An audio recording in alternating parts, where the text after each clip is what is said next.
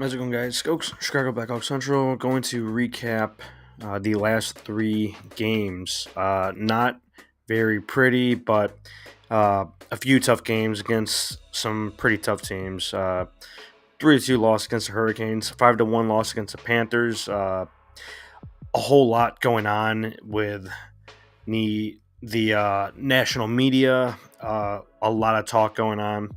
A lot of updates, so we'll get through that. And the final loss against the Oilers, 4-3 in overtime. Close game, great effort, but came up short in OT with an unlucky penalty by Tavo. The too many men call just hit his skate on the way on the ice. So got super unlucky against the Oilers, but we'll get into that. And we have the Predators as our next matchup. So let me run the intro.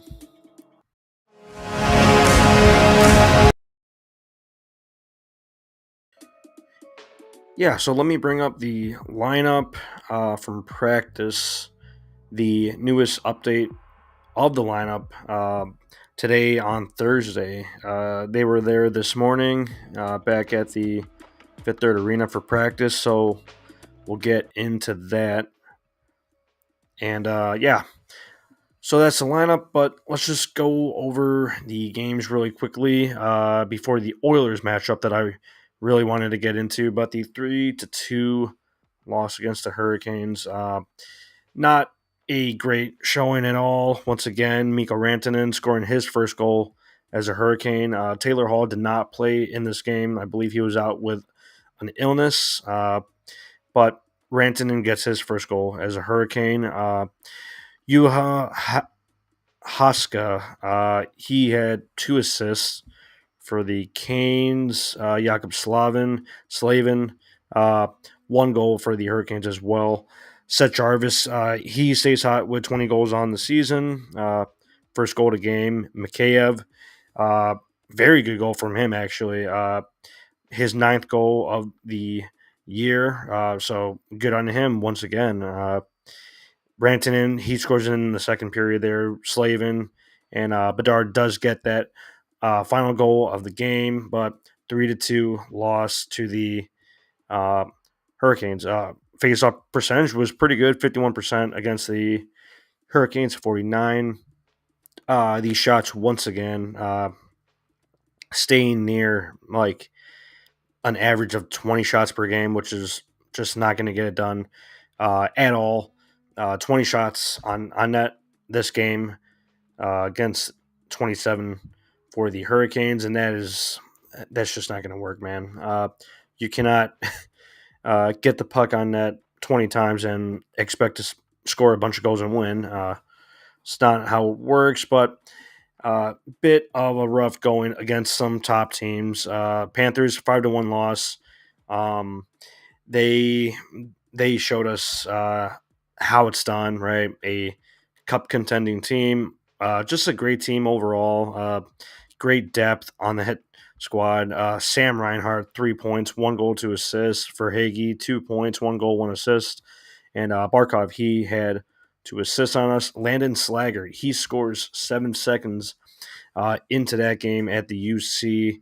I believe he did break the franchise record for the quickest goal scored. So awesome on Landon Slaggert. But for the next 59 minutes and 53 seconds, the Hawks did not score anything else. 5-1. That's just crazy, right? Scoring less than 10 seconds and the rest of the game, you just can't generate anything to go. But Panthers definitely piloted on quick. Gadjovic, he scores the first Panthers goal of the game. Sam Reinhart, he has 30 goals on the year. It's just crazy, crazy stuff. Definitely a solid, just quality player for the Panthers there. Really turning into a top goal scorer in the NHL there for Sam Reinhart. Very, very cool for them. Second period, Matt Kachuk scores 17th goal of the year. Rodriguez, uh, he's still hanging around the NHL now. Completely forgot that he's still on that team, but he gets goal number 12 on the season for him. And Verhage, he scores on the power play, makes it 5-1. And shot disparity was nuts. 44-25 for the Panthers, 31-15 in hits for the Panthers. Penalty minutes, 12 uh, for the Hawks and 8 on the Panthers. And I think this was the game with the Messier talk on TNT. There's a whole lot of criticism going around, with the effort from Bedard and the system and back checking effort and everything like that. But Bedard addressed it in practice on Thursday. He doesn't need, broadcasters and NHL legends, just talking about it all day. He knows what he has to get better at, and he's not really going to pay attention to all the media. And I don't expect him to. He does not care about all that talk. Just wants to get out there and play, and yeah, he's going to improve. Needs to work on some stuff, and that's completely normal for a second year player. And he's only 19 years old, and he's still dragging this team along throughout the season. So I have no issues with him at all. Let's move on to the final game last night. Super, super, super late puck drop, 8:50 ish p.m.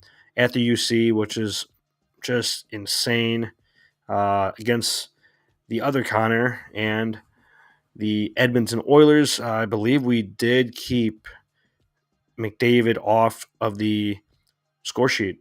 So I guess that's a win in our book. But Zach Hyman, first start of game, 1 goal. Draisaitl, second start of game, with 2 points, 1 goal, 1 assist, and Ryan Donato with 1 goal and 1 assist.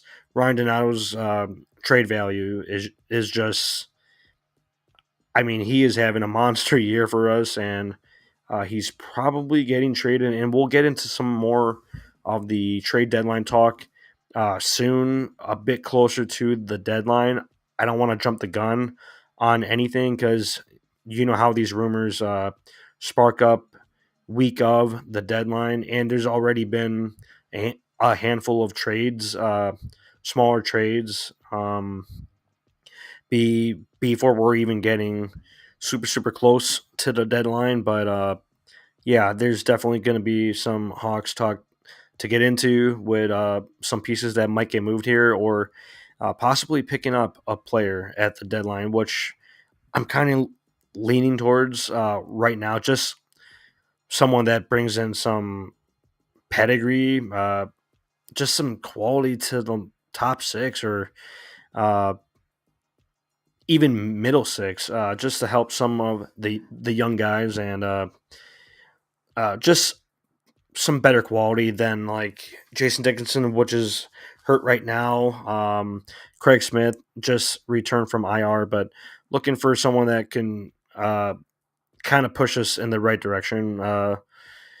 Just a little better for this uh, end of the season here. So we'll get into that a little further down the line. But Hawks versus Oilers, lost in OT, 4-3 final score. Shots 38-32 for the Oilers. Hits 18-7 for the Hawks. And penalty minutes 8-2 for the Hawks. I believe Bedard had 2 penalties last night, but uh, uh, other than the penalties, he had a great game. 1 or 2 missteps, mistakes, right? Just being careful with the puck. Got to protect it, and uh, got to work on the balance a little. Maybe put on a little more muscle, and we all like expect him to. Not too worried about that, but yeah, he had a pretty good game. Face-off percentage 51-49 for the Oilers, no goals scored in that first period, but Oilers did push the pace starting out, right? And Arvidsson, he gets a pretty decent goal. Only his seventh goal of the season, which is just crazy for a player like him, but less than 10 goals on the season. So he starts to score in one zip. Uh, about 6 seconds left in that second period. Reichel gets the deflection goal from Mikheyev, and Tavo's shot on net, and Reichel gets a nice deflection goal. Had a great game, and only his fifth goal. Is that right? But yeah, only 5 goals on the season. Definitely not putting up the numbers we want at all, but you could see a big difference with Lucas Reichel from last season and this year. Just a completely different player. Has all his confidence, skating hard, skating fast, playing hard. He's battling in the corners, getting shots on net, getting fancy when he has to. Right. Um, love his game this season, but I just wish the numbers would translate. Right. But it's just not happening on the score sheet. But I just love his game, man. Third period, Jeff Skinner scores a minute in. Draisaitl with his 38th goal. I believe he is leading the NHL in goals. Uh, insane. Almost 40 goals, and we still have pretty good number of games left to go. Ryan Donato, nice goal on the power play from Bedard to Tavo, and then Donato in front of the net. Bedard 31 assists on the season so far. Tavo 25 assists, and Donato his 16th goal. So awesome to see before the trade deadline here, and great play on the boards. Ryan Donato gets a puck over to Alec Martinez about 4 minutes later, and Martinez roofs it for his third goal on the season, ties up the game 3-3 with 4 minutes left. And crazy, weird, random play in OT, right? Zach Hyman scores, but um, Tavo is getting on the ice for someone getting off. I don't know if it was Bedard or Nazar, but Tavo got on for his shift, and um, the same time, the puck is heading down his way and touches his skate, which cannot happen. You know, when you're changing for your shift, and we get called for too many men, and that pretty much wraps it up. But Zach Hyman scores on the power play there.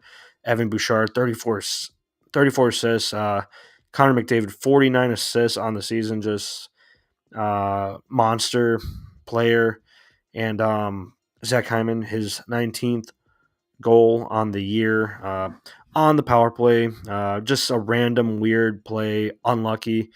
Um, hate to see it. Right, a minute 36 in, so did not waste too much time there. But I believe it was like 11:30 at that point.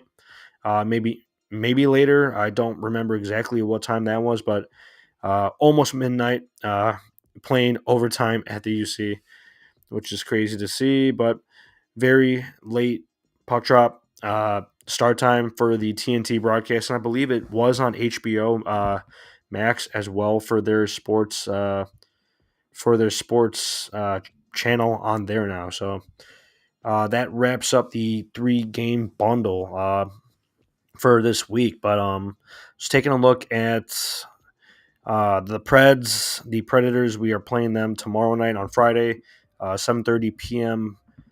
Puck drop time. Let's see here, and we are at home at the UC. Yeah, so 7:30 puck drop against the Nashville Predators, and just looking at the lineup from Ben Pope at practice: Slaggert, Bedard, Donato, Teravainen, not practicing due to maintenance, so Foligno is double shifting in his spot. Murphy is also not practicing, and Jason Dickinson, I believe they did have an update. Let me see if I did repost.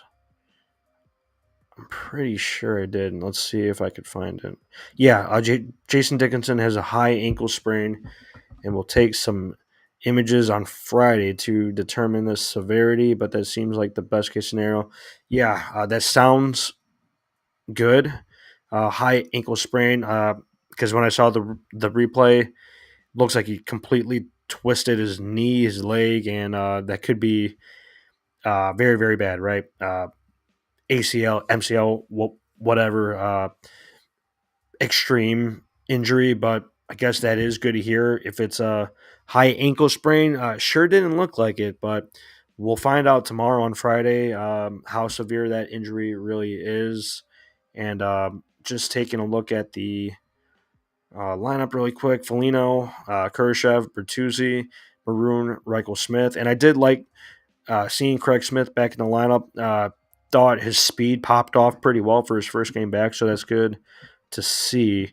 And not much else to touch on right here. I mean, I would still like to see Nazar and Bedard on that first line, but I think we all noticed that Landon Slaggert, his speed, his grit, grind, uh, fits very well on that first line, just retrieving pucks. And Donato's been one of our best goal scorers this season, so let's give that a try. And I do like that combo. Don't love Anders Sorensen. I guess we all kind of feel that same way in the Hawks community, right? Not too high on Sorensen either, but yeah, that's what he's going to roll with for now, and we'll see that tomorrow night on Friday against the Predators. And yeah, so Tavo will be back in. He'll be on that second line with Nazar and Mikheyev, and Soderblom started last game, so thought he had a very, very strong game against top team in the league. I would love to see Arvid back in net once again on Friday night. Give Mrazek a little rest. Did not have a great game against the Panthers, right? 5-1, great team, but let's give Arvid some starts here. Let's get him rolling, and yeah, would love to see him in net on Friday. So that pretty much wraps up the bundle of games, updates from practice, and the Bedard national media drama. I don't really get into the national media stuff. They have to, come up with topics, and some of the criticism is, justified, right? Because he does have stuff to improve on, but not in the way that they're making it seem like this severe situation, where he just like doesn't care, which is not true at all. So don't buy into all that big talk.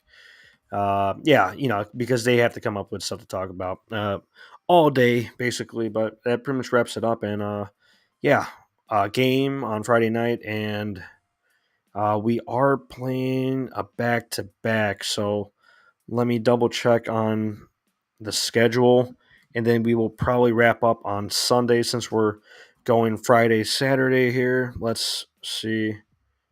Yeah, Nashville and St. Louis, and we are both going to wear our Winter Classic jerseys, so that should be cool to see on Saturday. And I don't know what time that puck drop is.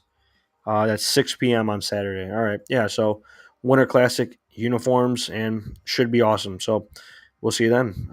Let's go Hawks.